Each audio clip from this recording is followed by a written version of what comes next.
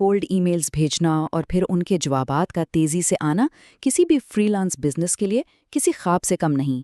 आज के इस एक्सप्लेनर में हम एक ऐसे अनइग्नोरेबल कोल्ड ईमेल ब्लूप्रिंट पर गुफ्तगू करेंगे जो वाकई फौरी और बेहतरीन नताइज दिलाने में मददगार साबित होता है।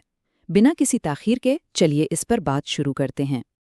लेकिन आगे बढ़ने से पहले उस बुनियादी मसले को समझना ज़रूरी है जिसका सामना तकरीबन सभी करते हैं। दर्जनों कोल्ड पिचेस भेजने के बाद भी अक्सर इनबॉक्स में सिर्फ और सिर्फ खामोशी मिलती है। कोई इनकार भी नहीं, बस एक मुकम्मल खामोशी, बिल्कुल किसी ब्लैक होल की तरह।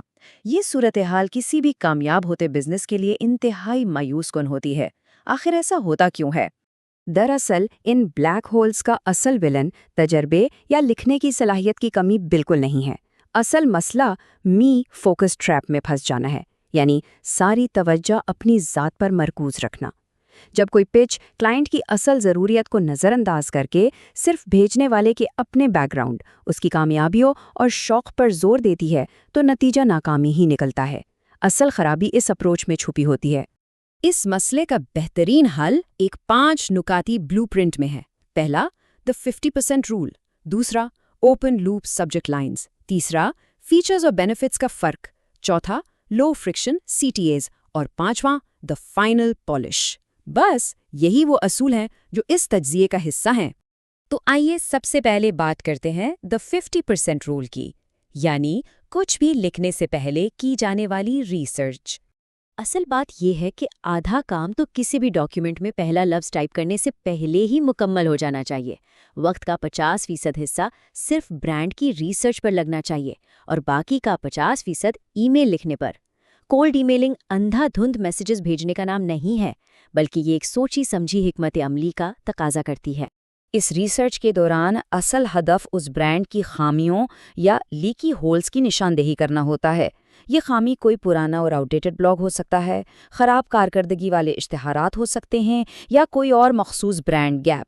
जब ये गैप पकड़ लिया जाता है तो एक राइटर सिर्फ काम मांगने के बजाय एक ठोस हल यानी सलूशन के साथ सामने आता है, और यही चीज़ एक बेजान पिच में जान डाल देती है। इस ब्लूप्रिंट का दूसरा अहम कदम है ओपन लूप सब्जेक्ट लाइन्स। इसका वाहिद मकसद हर हाल में ईमेल पर क्लिक हासिल करना है। यहाँ इन दो मुख्तलिफ अप्रोचेस का मवाजना वाकई दिलचस्प है। एक तरफ रिवायती फ्रीलांस राइटर फॉर हायर जैसा इंतहाई आम सा पैगाम है, जबकि दूसरी तरफ किसी ब्रांड के लैंडिंग पेज के लिए एक फौरी आइडिया का जिक्र है। देखा जाए तो इनमें से कौन सा ज़्यादा मुतासिर कुन है? यकीनन दूसरा। ये इश्तिआल अंगीज़ ओपन लूप तजस्सुस पैदा करता है जो पढ़ने वाले को मजबूर कर देता है कि वो ईमेल खोलकर ज़रूर देखें कि आखिर अंदर कौन सा बेहतरीन आइडिया छुपा है।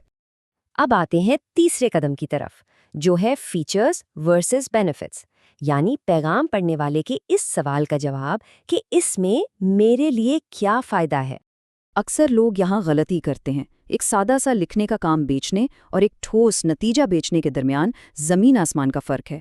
ये कहना कि 1000 अल्फाज की पोस्ट लिखी जा सकती है महज एक फ़ीचर है। इसके बरक्स ब्रांड की वफादारी बनाना और कस्टमर्स को मुतवज्जा करना एक हकीकी फ़ायदा या बेनिफिट है। ये याद रखना ज़रूरी है कि क्लाइंट सिर्फ लिखाई में नहीं बल्कि अपने फ़ायदे यानी कन्वर्जन और सेल्स में दिलचस्पी रखता है।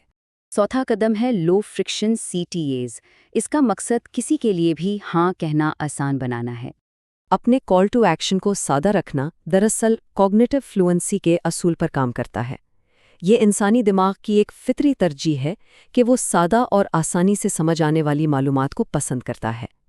पहली ही ईमेल में किसी 60 मिनट की मीटिंग का मुतालबा करना दिमाग पर बिला वजह का बोझ डाल देता है, इसलिए इससे लाजमन बचना चाहिए।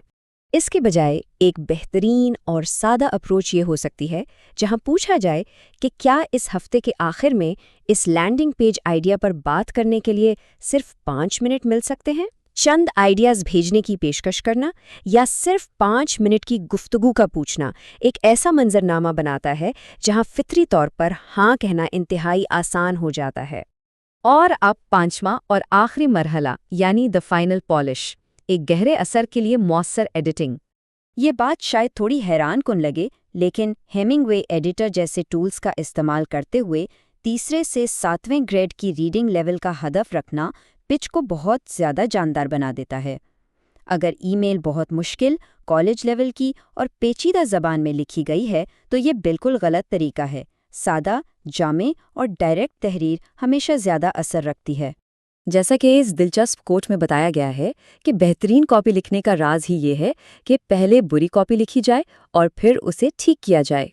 لکھنے والوں کو چاہیے کہ خود پر پرفیکشن کا بوجھ نہ ڈالیں۔ ایک خامیوں بھرا پہلا ڈرافٹ لکھنا بالکل ٹھیک ہے، بشرطے یہ کہ اس کی بنیاد ایمانداری اور کلائنٹ کے فائدے پر ہو۔ اصل جادو تو بعد میں ایڈیٹنگ کے دوران ہی نمایاں ہوتا ہے۔ اس مکمل اور آسان حکمت عملی کو سامنے رکھتے ہوئے اس بات پر غور کرنا اہم ہے کہ اس ہفتے کس مخصوص انڈسٹری یا نیچے کو اپروچ کیا جا سکتا ہے۔